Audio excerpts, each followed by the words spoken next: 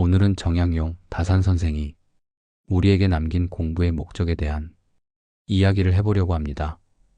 여러분은 평생 공부를 하셨습니다. 학교에서, 직장에서 자격증 시험을 준비하면서 아마도 그 공부의 대부분은 무언가를 얻기 위한 공부였을 겁니다. 좋은 대학에 가기 위해서, 좋은 직장에 들어가기 위해서, 승진하기 위해서, 더 많은 돈을 벌기 위해서. 그런데 말이죠. 이제 50대, 60대가 된 우리에게 그런 공부는 더 이상 의미가 없습니다. 이미 직장 생활은 끝났거나 끝나가고 있고요. 승진할 자리도 없고요. 시험 볼 일도 별로 없습니다. 그렇다면 우리는 이제 왜 공부를 해야 할까요? 아니, 공부를 해야 하긴 한 걸까요? 많은 분들이 이런 질문을 하십니다. 이 나이에 무엇을 배워서 어디에 쓴단 말인가? 오늘 저는 이 질문에 대한 답을 300년 전 조선이 실학자 정약용에게서 찾아보려 합니다. 그는 이렇게 말했습니다. 배움은 벼슬을 위한 것이 아니라 백성을 위한 것이다. 이 말이 지금 우리에게, 이 말의 의미는 무엇일까요? 배움은 출세를 위한 것이 아니라 나와 내 주변 사람들을 위한 것이다. 라고 이야기하고 있는 것 같지 않으신가요? 출세가 아니라 삶을 위한 공부. 나와 가족, 그리고 이웃을 위한 공부. 오늘 이 시간 함께 생각해 보시겠습니다. 먼저 잠깐 우리가 살아온 시간을 돌아볼까요? 여러분이 어렸을 때 부모님은 늘 이렇게 말씀하셨을 것입니다. 공부 열심히 해서 좋은 대학 가야 한다. 좋은 직장 들어가야 편하게 산다. 공부 안 하면 나중에 고생한다. 그때 우리는 그 말을 의심하지 않았습니다. 실제로 그랬으니까요. 가난했던 시대, 전쟁을 몸소 겪은 세대. 부모님들은 자식만큼은 배고프지 않게 살기를 바라셨습니다. 그래서 공부는 곧 생존이었습니다. 대학 입시는 인생이 가장 중요한 관문이었고요. 좋은 회사에 들어가는 것이 인생의 성공이었습니다. 여러분도 그렇게 살아오셨을 겁니다. 밤늦게까지 책상 앞에 앉아 있었던 기억, 시험 성적표를 받아들고 긴장하던 순간, 면접을 보러 가던 날의 떨림, 그리고 직장에 들어간 뒤에도 마찬가지였습니다. 승진을 위해 자격증을 땄고요. 영어 공부를 했고요. 업무에 필요한 교육을 받았습니다. 그 모든 공부의 목적은 명확했습니다. 더 높은 자리에 오르기 위해서, 더 많은 연봉을 받기 위해서, 더 안정적인 삶을 살기 위해서. 물론 잘못된 것은 아닙니다. 그것이 그 시대를 살아가는 방법이었으니까요. 여러분은 그렇게 가족을 부양했고, 자녀를 키웠고, 집을 마련했습니다. 그런데 말입니다. 그렇게 평생을 무언가를 얻기 위한 공부만 하다 보니 우리는 한 가지를 잊어버렸습니다. 공부에는 또 다른 목적이 있을 수 있다는 것을요. 출세나 돈이 아닌 나 자신과 내 삶을 위한 공부 말입니다. 이제 50대, 60대가 된 우리에게 더 이상 승진할 자리는 없습니다. 시험 볼 일도 없습니다. 스펙을 쌓을 필요도 없습니다. 그렇다면 이제 우리는 왜 공부를 해야 할까요? 아니, 공부를 할 수는 있는 걸까요? 많은 분들이 이 질문 앞에서 멈춰섭니다. 이제 공부는 끝났어. 이제는 그냥 쉬면서 살면 되지. 이렇게 생각하시는 분들도 계십니다. 하지만 진짜 그럴까요? 퇴직 후 첫 월요일 아침을 떠올려 보세요. 알람 없이 일어난 아침, 갈 곳이 없는 평일, 텅 빈 책상 앞에 앉았을 때의 그 허전함, 자녀들이 독립하고 난 뒤의 집, 넓게만 느껴지는 거실, 할 일이 없어서 켠 TV, 의미 없이 흘러가는 시간들. 많은 분들이 말씀하십니다. 몸은 쉬는데 마음은 더 힘들다고요. 할 일이 없으니 나는 쓸모없는 사람이 된 것 같다고요. 그래서 우리에게는 새로운 공부가 필요합니다. 출세를 위한 공부가 아니라 삶을 위한 공부, 나를 위한 공부 말입니다. 여기서 잠깐 정약용 선생의 이야기로 넘어가 보겠습니다. 정약용은 1762년에 태어났습니다. 조선 후기 영조와 정조 시대를 살았던 실학자입니다. 그는 22살의 과거에 급제해서 관직에 올랐습니다. 정조 임금의 총애를 받으며 나라의 개혁을 꿈꿨던 젊은 관료였죠. 그런데 정조가 갑자기 세상을 떠나면서 정약용의 인생은 완전히 뒤바뀝니다. 천주교 박해가 시작되었고요. 정약용도 그 혐의로 유배를 떠나게 됩니다. 전라도 강진, 서울에서 멀리 떨어진 바닷가 마을. 그는 그곳에서 무려 18년을 보냅니다. 여러분 생각해 보세요. 한창 승승장구하던 40대 초반에 모든 것을 잃고 유배를 떠난다면 어떨까요? 관직도 잃고, 가족과도 헤어지고, 미래에 대한 희망도 사라진 상황. 보통 사람이라면 절망했을 겁니다. 하지만 정약용은 달랐습니다. 그는 유배지에서도 공부를 멈추지 않았습니다. 아니, 오히려 더 깊이 공부했습니다. 그가 남긴 저술만 500여 권. 대부분이 유배 생활 중에 쓴 것들입니다. 목민심서, 경세유표, 흠음신서 같은 책들이죠. 여기서 중요한 질문이 생깁니다. 왜 그는 유배지에서도 공부를 계속했을까요? 다시 관직에 돌아가기 위해서였을까요? 아닙니다. 그때 그의 나이는 이미 40대, 50대였고요. 정치적 상황도 그를 다시 받아들일 수 없는 상황이었습니다. 그럼에도 그가 공부를 멈추지 않은 이유. 그것은 바로 그의 공부관 때문이었습니다. 정약용은 이렇게 생각했습니다. 배움은 벼슬을 위한 것이 아니라 백성을 위한 것이다. 벼슬을 위한 공부. 그것은 과거 시험에 합격하기 위한 공부입니다.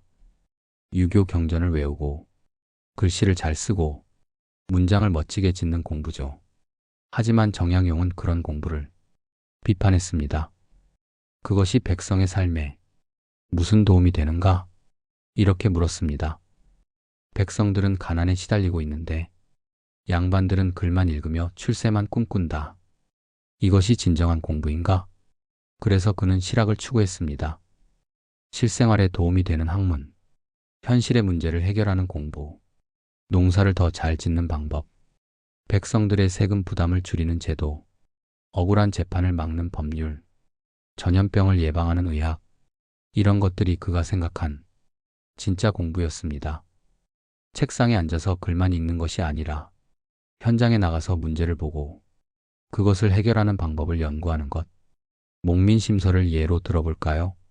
이 책은 지방 관리를 위한 지침서입니다. 하지만 단순한 매뉴얼이 아닙니다. 백성들이 실제로 어떤 고통을 겪는지, 부패한 관리들이 어떻게 백성을 착취하는지, 그것을 어떻게 막을 수 있는지를 구체적으로 적은 책입니다. 정약용은 유배지에서 이 책을 썼습니다. 자신이 다시 관리가 될 가능성은 거의 없었지만요. 그럼에도 그는 이 책을 썼습니다.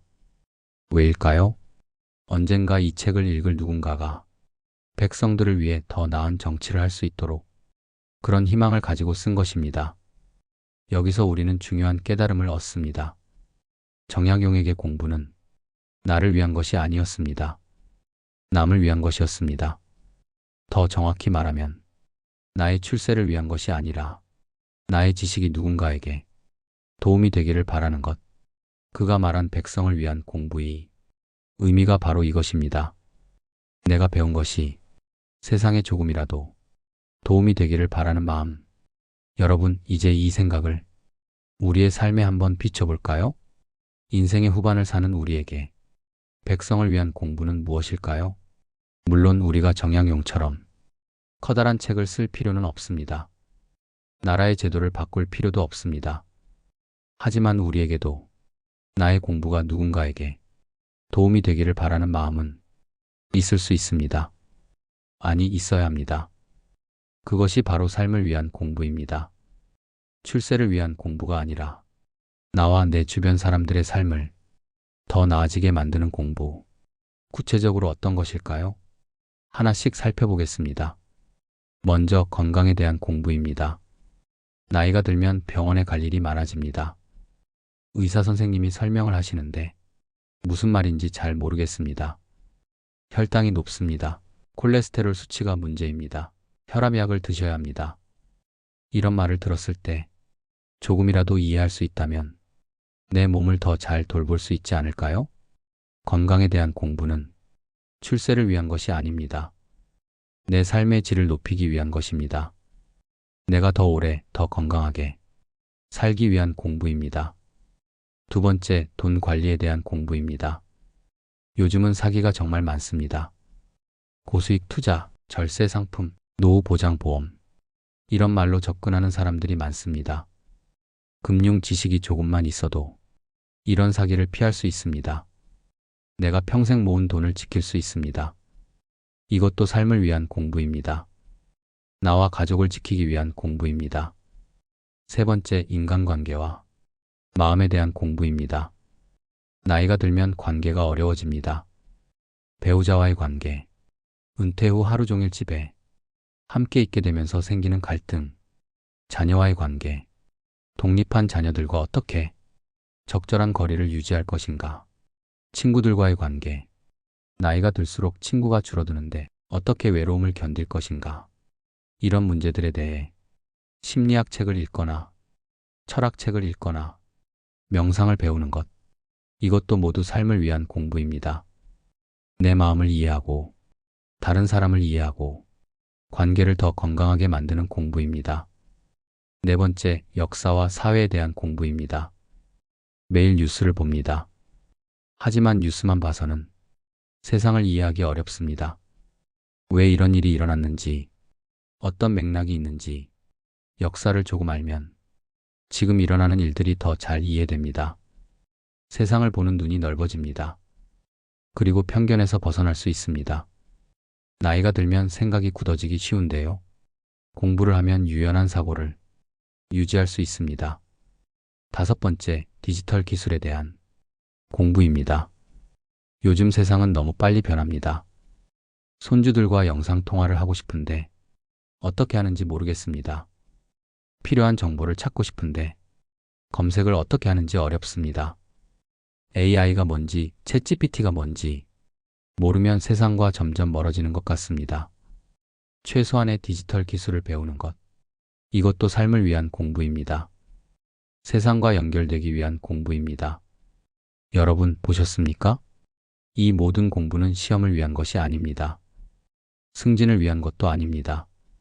나의 삶을 조금 더 이해하고 조금 더 잘 살기 위한 공부입니다. 정약용이 말한 백성을 위한 공부를 지금 우리의 언어로 바꾸면 바로 이것입니다. 나를 위한 공부, 가족을 위한 공부, 이웃을 위한 공부, 그리고 이런 공부는 벼슬을 위한 공부처럼 끝이 있는 것이 아닙니다. 평생 계속되는 공부입니다. 여기서 잠깐 정약용의 삶을 조금 더 들여다보겠습니다. 정약용은 유배지에서 어떻게 살았을까요? 처음에는 당연히 힘들었습니다. 40대 초반 한창 일할 나이에 모든 것을 잃고 외딴 시골에 갇혔으니까요. 가족들도 멀리 있었습니다. 아내와 자녀들은 서울에 있었고요. 편지를 주고받는 것조차 쉽지 않았습니다. 그런데 시간이 지나면서 정약용은 유배 생활을 다르게 받아들이기 시작합니다. 이제 나는 다시 벼슬을 할 수 없다. 그렇다면 남은 인생을 어떻게 살 것인가? 그는 이렇게 결심했습니다. 내가 배운 것, 내가 생각한 것을 모두 기록으로 남기자. 언젠가 누군가가 이것을 읽고 도움을 받을 수 있도록. 그래서 그는 매일 글을 썼습니다. 새벽에 일어나 글을 쓰고 낮에는 동네 아이들을 가르쳤습니다. 강진의 제자들이 찾아왔습니다. 정약용은 그들에게 공부를 가르쳤는데요. 단순히 과거 시험을 위한 공부가 아니었습니다. 백성들의 삶을 관찰하라. 현실의 문제를 보라. 그것을 어떻게 해결할 수 있을지 생각하라. 이런 것들을 가르쳤습니다. 제자들과 함께 마을을 돌아다니며 농사 짓는 사람들의 어려움을 듣고 그것을 기록했습니다. 정약용은 유배지에서 다산초당이라는 작은 집에 살았습니다. 그곳에서 18년 동안 500여 권의 책을 썼습니다. 정치, 경제, 법률, 의학, 농업, 건축, 거의 모든 분야에 걸친 저술이었습니다. 여러분 생각해 보세요. 만약 정약용이 출세를 위한 공부만 생각했다면 유배지에서 이런 일을 할 수 있었을까요? 아마 불가능했을 겁니다. 이제 나는 다시 관직에 오를 수 없는데 무엇을 위해 공부하나? 이렇게 생각하며 포기했을 테니까요. 하지만 그는 달랐습니다. 그에게 공부는 벼슬을 얻기 위한 수단이 아니었습니다. 삶의 의미 그 자체였습니다.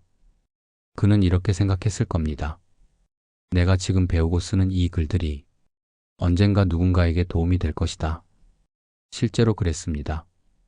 그가 쓴 책들은 후대에 큰 영향을 미쳤습니다.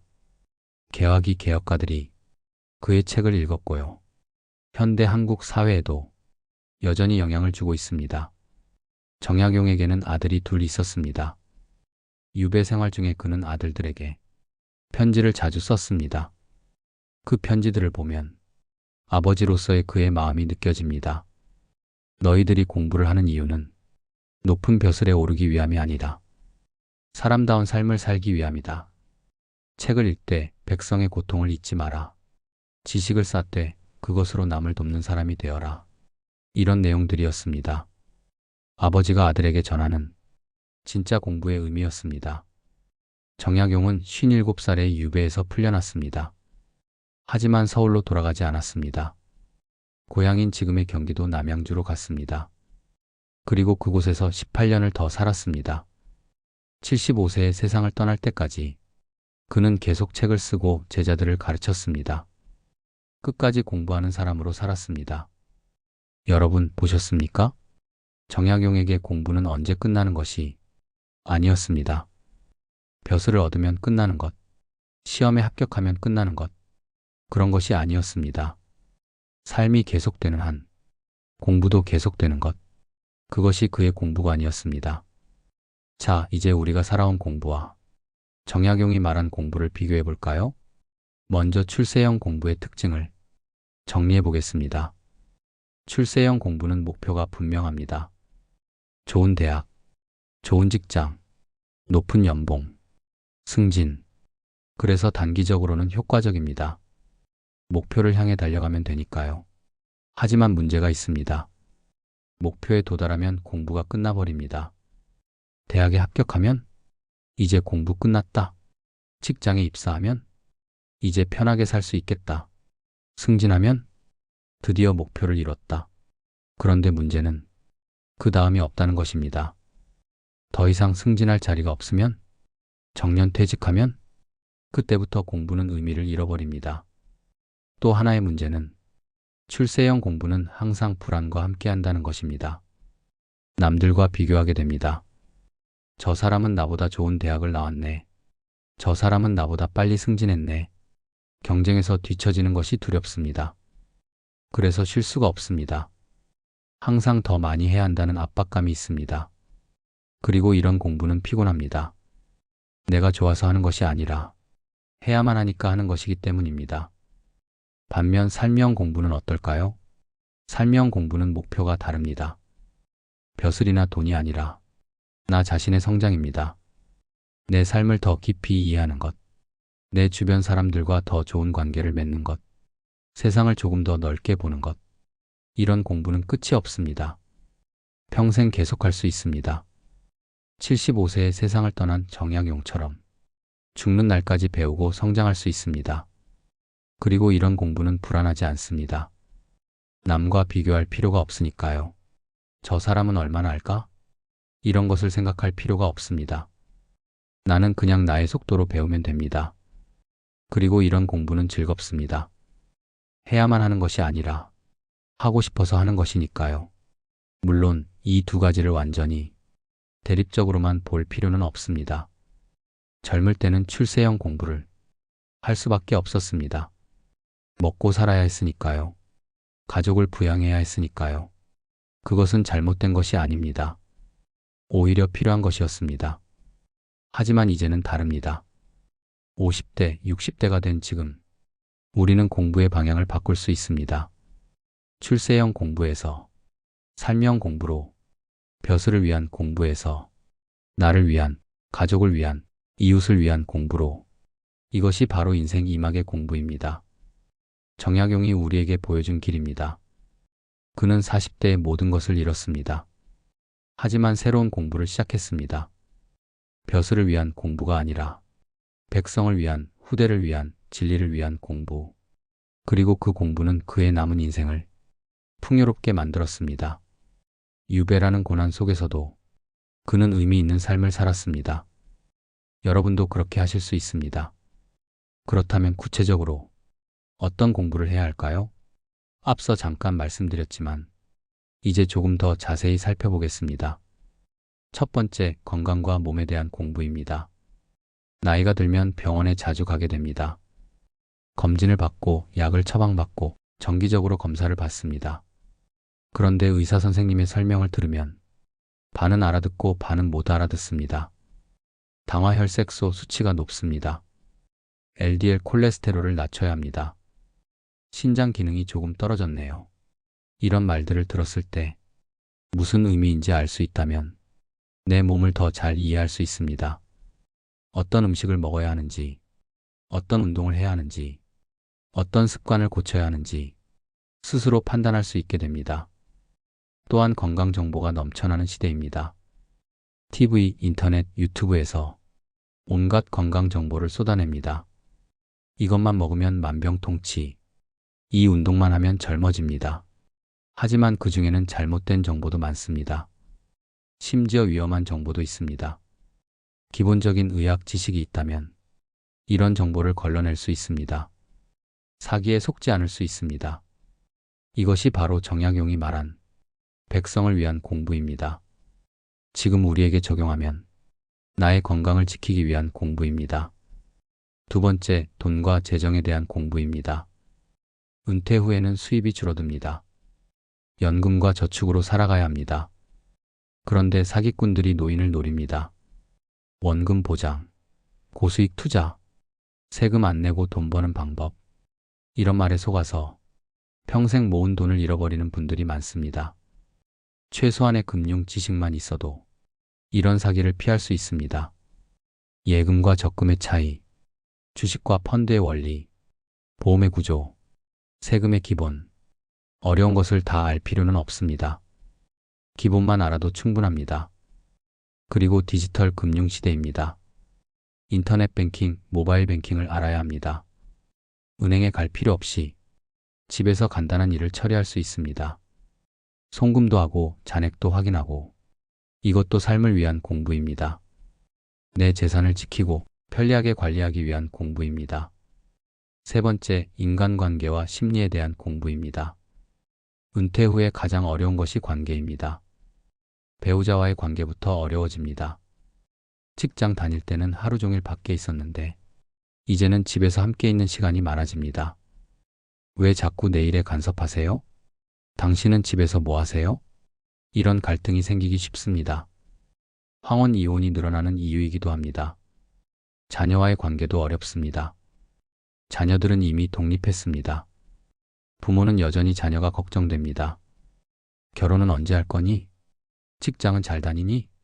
손주는 언제 보여줄 거니? 이런 말들이 자녀에게는 부담입니다. 관계가 멀어지는 이유가 됩니다. 친구 관계도 변합니다. 은퇴 후에는 친구를 만날 기회가 줄어듭니다. 직장 동료들과는 점점 연락이 끊어지고 오랜 친구들도 하나둘 연락이 뜸해집니다. 외로움을 느끼는 분들이 많습니다. 이런 문제들을 어떻게 해결할까요? 심리학 책을 읽어보는 것도 좋습니다. 사람의 마음이 어떻게 작동하는지 이해하면 상대방을 조금 더 이해할 수 있습니다. 철학책을 읽어보는 것도 좋습니다. 삶의 의미, 나이들, 죽음에 대해 생각해 볼 수 있습니다. 명상이나 마음 챙김을 배우는 것도 좋습니다. 내 마음을 들여다보고 감정을 다스리는 법을 배울 수 있습니다. 이런 공부는 즉각적인 효과가 없을 수도 있습니다. 하지만 천천히 조금씩 내 삶을 변화시킵니다. 네 번째, 역사와 사회에 대한 공부입니다. 매일 뉴스를 봅니다. 정치, 경제, 사회, 국제 뉴스가 쏟아집니다. 하지만 뉴스만 봐서는 이해하기 어렵습니다. 왜 이런 일이 일어났는지, 배경이 무엇인지, 역사를 알면 현재가 이해됩니다. 예를 들어 한국 현대사를 공부하면 지금 우리 사회가 왜 이런 모습인지 알 수 있습니다. 세계사를 공부하면 국제 뉴스가 조금 더 이해됩니다. 그리고 편견에서 벗어날 수 있습니다. 나이가 들면 생각이 굳어지기 쉽습니다. 요즘 젊은 사람들은 예전에는 그렇지 않았는데, 하지만 역사를 공부하면 시대가 변한다는 것을 이해하게 됩니다. 젊은 세대를 조금 더 이해할 수 있습니다. 이것도 삶을 위한 공부입니다. 세상을 더 넓게 보고 편견 없이 살기 위한 공부입니다. 다섯 번째, 디지털과 기술에 대한 공부입니다. 요즘 세상은 너무 빠르게 변합니다. 스마트폰, 인터넷, AI, 모든 것이 디지털로 바뀌고 있습니다. 손주들과 이야기하면 무슨 말인지 모르겠습니다. 유튜브 봤어요? 인스타에 올렸어요. 카톡으로 보낼게요. 이런 말들이 낯설고 어렵습니다. 하지만 조금만 배우면 세상과 연결될 수 있습니다. 스마트폰으로 영상통화를 할 수 있습니다. 멀리 사는 손주와 얼굴을 보며 이야기할 수 있습니다. 유튜브로 필요한 정보를 찾을 수 있습니다. 요리법, 건강정보, 취미활동, 무엇이든 검색하면 나옵니다. 인터넷으로 물건을 살 수 있습니다. 무거운 것을 들고 다닐 필요가 없습니다. 집 앞까지 배달됩니다. 요즘은 AI 시대입니다. 챗GPT 같은 것들이 나왔습니다. 이런 것들을 조금만 알아도 삶이 훨씬 편해집니다. 나는 나이가 많아서 안 돼. 이렇게 생각하지 마세요. 누구나 배울 수 있습니다. 천천히 하나씩. 여섯 번째, 예술과 문화에 대한 공부입니다. 그림을 보는 법을 배우면 미술관에 가는 것이 즐거워집니다.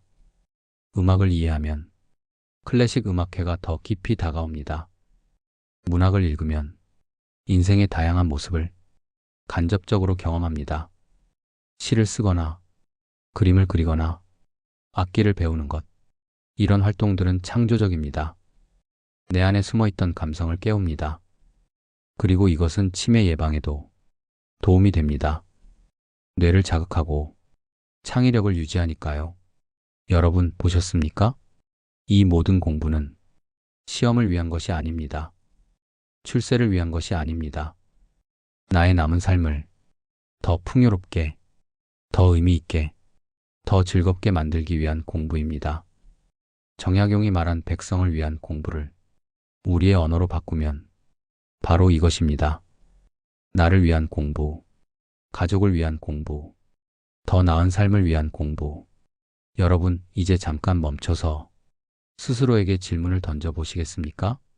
나는 지금 무엇을 위해 배우고 싶은가? 이 질문에 바로 답이 나오지 않아도 괜찮습니다. 천천히 생각해 보세요. 어떤 분은 이렇게 생각하실 수도 있습니다. 나는 이제 배울 것이 없어. 이 나이에 뭘 배워서 어디에 쓰나. 하지만 정말 그럴까요? 아침에 일어났을 때, 하루가 텅 비어 있다고 느껴질 때, 무언가를 배우고 싶다는 마음이 생기지 않으세요? TV를 보다가 뉴스에서 나오는 말이 무슨 뜻인지 궁금할 때 알고 싶다는 마음이 들지 않으세요?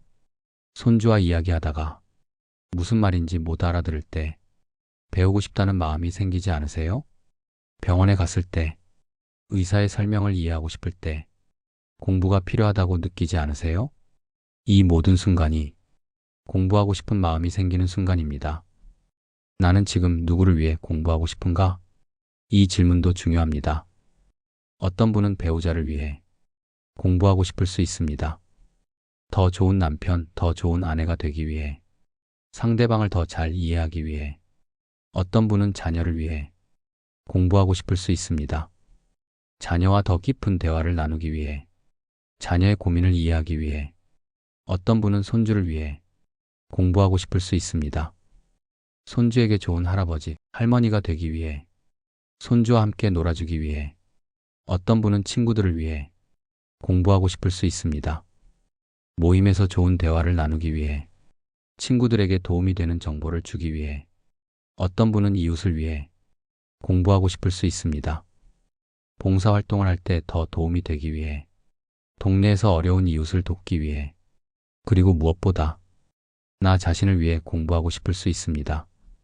나를 더 잘 이해하기 위해, 나의 감정을 다스리기 위해, 나의 건강을 지키기 위해, 나의 남은 인생을 더 의미 있게 살기 위해. 여러분, 이것이 바로 정약용이 말한 백성을 위한 공부의 현대적 의미입니다. 300년 전 정약용은 백성을 위해 공부했습니다. 지금 우리는 나와 내 주변 사람들을 위해 공부합니다. 본질은 같습니다. 출세나 돈이 아니라 사람과 삶을 위한 공부. 그런데 이 나이에 시작해도 될까요? 너무 늦은 것 아닐까요? 이런 걱정을 하시는 분들이 많습니다. 하지만 생각해 보세요. 정약용은 40대에 유배를 갔습니다. 그 나이에 모든 것을 잃었습니다. 하지만 그때부터 진짜 공부를 시작했습니다. 그리고 75세까지 35년 동안 공부하고 글을 썼습니다. 40대도 늦지 않았습니다. 50대도 늦지 않았습니다. 60대도 70대도 늦지 않았습니다. 중요한 것은 나이가 아닙니다. 마음입니다. 나는 여전히 배우고 싶다. 나는 여전히 성장하고 싶다. 이런 마음만 있다면 언제든 시작할 수 있습니다. 오히려 지금이 더 좋을 수도 있습니다. 젊을 때는 시험에 쫓겼습니다. 승진에 쫓겼습니다. 돈을 벌어야 했습니다. 하지만 지금은 자유롭습니다. 누가 시키지 않아도 내가 하고 싶은 공부를 할 수 있습니다. 시험도 없습니다. 경쟁도 없습니다. 비교도 없습니다. 그냥 내가 알고 싶은 것을 내 속도로 천천히 배우면 됩니다. 이것이 바로 진짜 나를 위한 공부입니다. 젊을 때는 할 수 없었던 공부입니다. 이제야 할 수 있는 공부입니다. 인생 2막. 많은 분들이 이 말을 사용합니다. 은퇴 후의 삶을 인생 2막이라고 부릅니다. 그렇다면 인생 2막은 어떻게 살아야 할까요? 어떤 분들은 여행을 다니십니다. 평생 바빠서 가보지 못한 곳들을 여행합니다. 어떤 분들은 취미 생활을 시작하십니다. 등산, 골프, 낚시, 사진. 어떤 분들은 봉사활동을 하십니다. 남은 시간을 남을 위해 쓰고 싶어 하십니다. 이 모든 것이 좋은 선택입니다. 하지만 저는 여기에 하나를 더 제안하고 싶습니다. 배우는 사람으로 사는 것입니다. 인생 2막을 배움의 시간으로 만드는 것입니다. 배움이 있는 삶은 다릅니다. 여행을 가더라도 그 지역의 역사를 알고 가면 더 깊이 느껴집니다. 취미 생활을 하더라도 그것에 대해 공부하면 더 즐겁습니다. 봉사활동을 하더라도 관련 지식이 있으면 더 도움이 됩니다. 그리고 무엇보다 배우는 사람은 늙지 않습니다. 몸은 나이를 먹지만 마음은 젊게 유지됩니다. 호기심이 살아있습니다. 저것은 무엇일까? 왜 그럴까? 어떻게 하는 걸까? 이런 질문을 계속하는 사람은 나이와 상관없이 젊습니다. 그리고 배우는 사람은 외롭지 않습니다. 공부하다 보면 같은 것을 배우는 사람들을 만나게 됩니다. 도서관에서, 문화센터에서, 온라인 강의에서 새로운 친구를 만날 수 있습니다. 나이가 비슷한, 관심사가 비슷한 사람들과 그리고 배우는 사람은 자존감이 높습니다. 나는 아직도 배울 수 있어. 나는 아직도 성장하고 있어. 이런 생각이 자존감을 높입니다.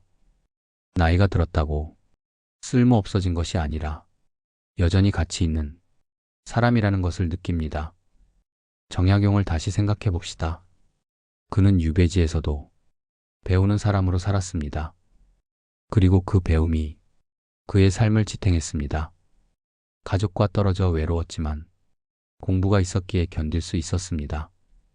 미래가 불확실했지만 배움이 있었기에 희망을 잃지 않았습니다. 관직에 돌아갈 수 없었지만 공부 자체가 의미였기에 좌절하지 않았습니다. 여러분도 그렇게 하실 수 있습니다. 인생 2막을 배움의 시간으로 만드세요. 매일 조금씩 새로운 것을 배우세요. 책 한 권을 읽어도 좋습니다. 영상 하나를 봐도 좋습니다. 강의 하나를 들어도 좋습니다. 중요한 것은 계속하는 것입니다. 하루 30분이라도, 일주일에 1시간이라도 꾸준히 배우는 사람으로 사는 것. 그것이 인생 2막을 풍요롭게 만듭니다. 그리고 이것을 기록하세요. 무엇을 배웠는지, 무엇을 느꼈는지, 무엇을 깨달았는지. 정약용처럼 큰 책을 쓸 필요는 없습니다. 일기장에 간단히 적어도 좋습니다. 그러다 보면 내가 얼마나 성장했는지 알 수 있습니다. 1년 전의 나와 지금의 나가 다르다는 것을 느낄 수 있습니다. 그리고 이것을 나누세요. 배운 것을 가족과 나누세요. 친구들과 나누세요. 이웃과 나누세요.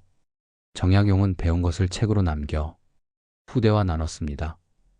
우리는 일상에서 작은 방식으로 나눌 수 있습니다. 배우자에게 오늘 배운 것을 이야기해 주세요. 자녀에게 조언을 해주세요. 손주에게 이야기를 들려주세요. 그렇게 배움이 순환됩니다. 내가 배운 것이 누군가에게 도움이 됩니다. 그것이 바로 정약용이 말한 백성을 위한 공부입니다. 출세를 위한 공부는 나로 끝납니다. 하지만 삶을 위한 공부는 다른 사람에게로 이어집니다. 여러분, 오늘은 정약용의 공부관에 대해 이야기를 나눴습니다. 핵심은 간단합니다. 공부는 출세가 아니라 삶을 위한 것이다. 배움은 출세를 위한 것이 아니라 나와 내 주변 사람들을 위한 것이다. 바로 이것입니다. 여러분, 이제 정약용이 우리에게 말한다면 아마 이렇게 말하지 않을까요? 벼슬은 이미 내려놓으셨습니다. 이제는 당신 자신의 삶을 위한 공부를 시작하십시오. 출세를 위한 공부는 벼슬과 함께 끝나지만 삶을 위한 공부는 죽을 때까지 당신과 함께 합니다. 나이는 핑계가 될 수 없습니다. 나는 40대에 유배를 갔지만 75세까지 공부했습니다. 배움이 있는 삶은 외롭지 않습니다. 배움이 있는 삶은 늙지 않습니다. 여러분, 오늘 이 영상이 끝나면 종이 한 장을 꺼내 보시겠습니까? 그리고 천천히 이렇게 적어보세요.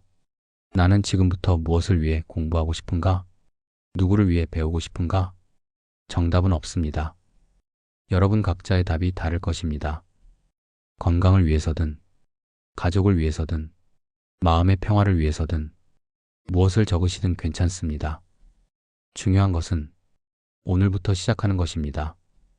책 한 권, 영상 하나, 강의 하나, 아주 작은 것으로 시작하세요. 하루 30분씩, 천천히, 꾸준히, 그 작은 시간들이 모이면 1년 후 여러분은 놀라실 겁니다. 내가 이렇게 달라졌구나. 그것을 느끼게 될 것입니다. 여러분, 나이는 그저 숫자입니다. 50대든 60대든 70대든 결코 늦지 않았습니다. 지금이야말로 진짜 나를 위한 공부를 할 수 있는 가장 좋은 시기입니다. 정약용의 말을 기억하세요. 배움은 벼슬을 위한 것이 아니라 백성을 위한 것이다. 여러분에게는 배움은 출세를 위한 것이 아니라 삶을 위한 것입니다. 오늘부터 배우는 사람으로 사세요. 그것이 가장 아름다운 나이 듦입니다. 그것이 가장 빛나는 인생 2막입니다. 벼슬을 위한 공부는 벼슬과 함께 끝나지만 삶을 위한 공부는 죽을 때까지 나와 함께한다. 여러분, 이제는 나와 삶을 위한 공부를 시작할 시간입니다. 오늘부터, 지금부터 시작하세요. 여러분의 남은 인생이 배움으로 가득하고 의미로 가득하기를 진심으로 바랍니다.